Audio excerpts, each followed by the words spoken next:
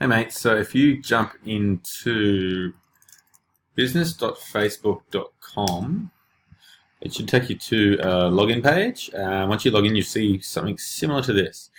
So you will have one that will say the Jowett method. So what you want to do is just jump into the Jowett method business manager.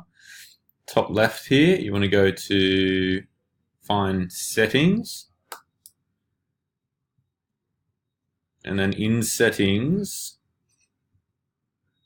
on add accounts, over on the right here, you're going to click add people and change it to add account admin, and then look for Blake and I. So that will just pull people in your Facebook group, on your Facebook list.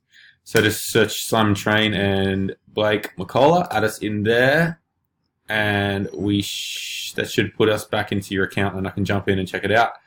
If you've got any questions, give me a shout. Cheers.